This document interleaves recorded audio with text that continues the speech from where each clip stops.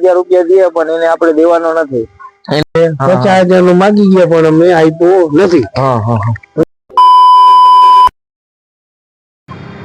Good morning, Har Har Mahadev. કેમ છો બધા? મજામાં જ હશો. તમારું એક મારા નવા બ્લોગમાં તમારું સ્વાગત છે. અને હવારમાં પેટ્રોલ પંપે પહોંચી ગયા છીએ. અમે જઈએ છીએ જામનગર મામાના ઘરે. નાનીની થોડીક તબિયત ખરાબ હતી એટલા માટે અમે જઈએ છીએ ચક્કર મારવા. અને આજે શનિવાર છે અને કાલે આપણે રવિવારનો ગેપ મળી જાય એમ છે. તો આજે શનિવારે તો આજે નીકળી જાય, એક દિવસની રજા રહેશે. તો ચાલો મળીએ આગળ.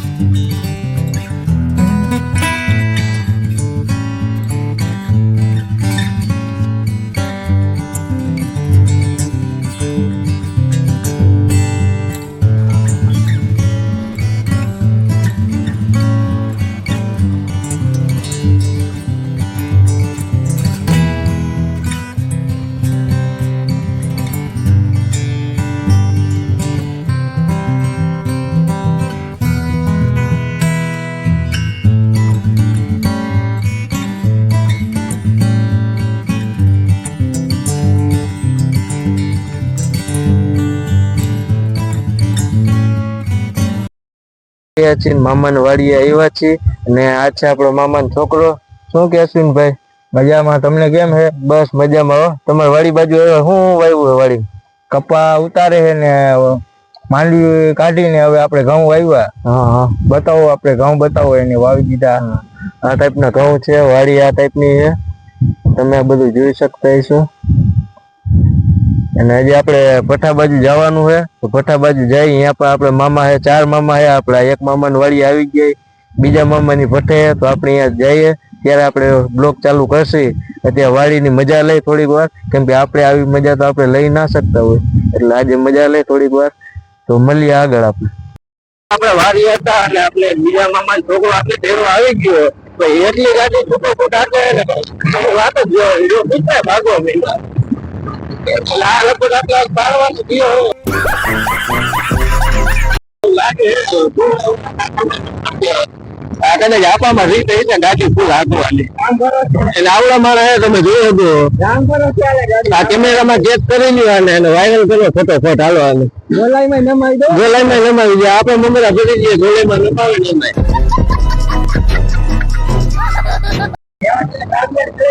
હાલે લડાઈ જેવા તો એને જેવા દેવા ના રહે. આપડે મમરા ભરી જાય શું કરવાનું? ચાલો ગામમાં લઈ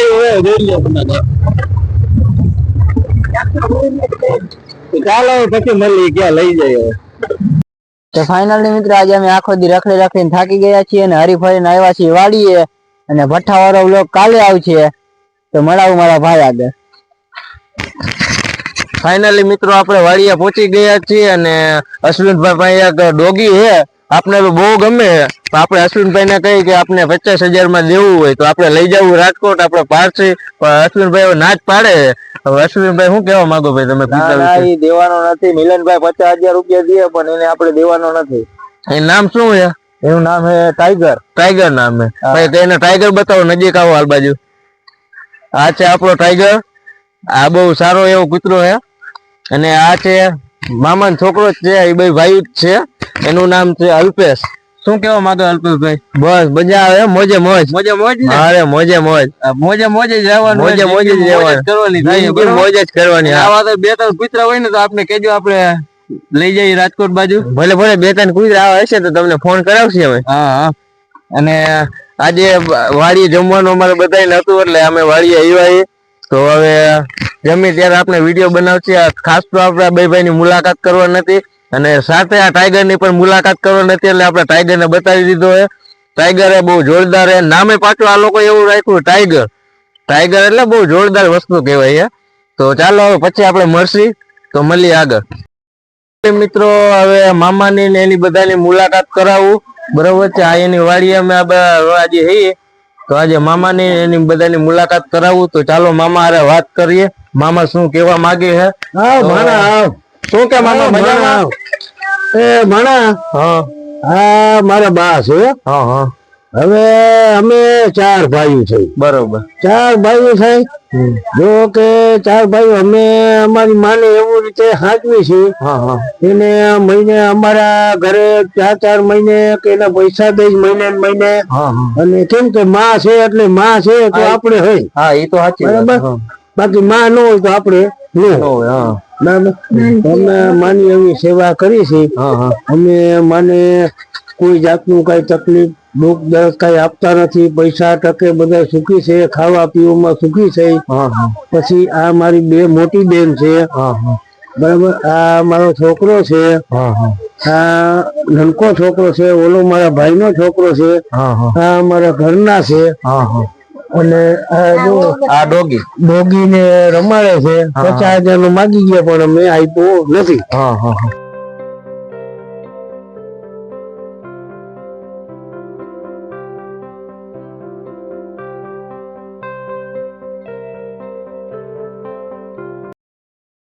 તો મિત્રો આજે અમે રખડીને કામ કરીને થાકી ગયા છીએ અને આજે અમે ઘણું કામ કર્યું. તો હવે સાંજ પડી ગઈ તો હોઈ જાય અને મળીએ નેક્સ્ટ બ્લોગ સાથે. લાઈક કરો, શેર કરો, કોમેન્ટ કરો, સબસ્ક્રાઇબ કરો અને ઘંટી દબાવવાનું ન ભૂલતા. સબસ્ક્રાઇબ અપાય શું કહેવાય એને? સબસ્ક્રાઇબ.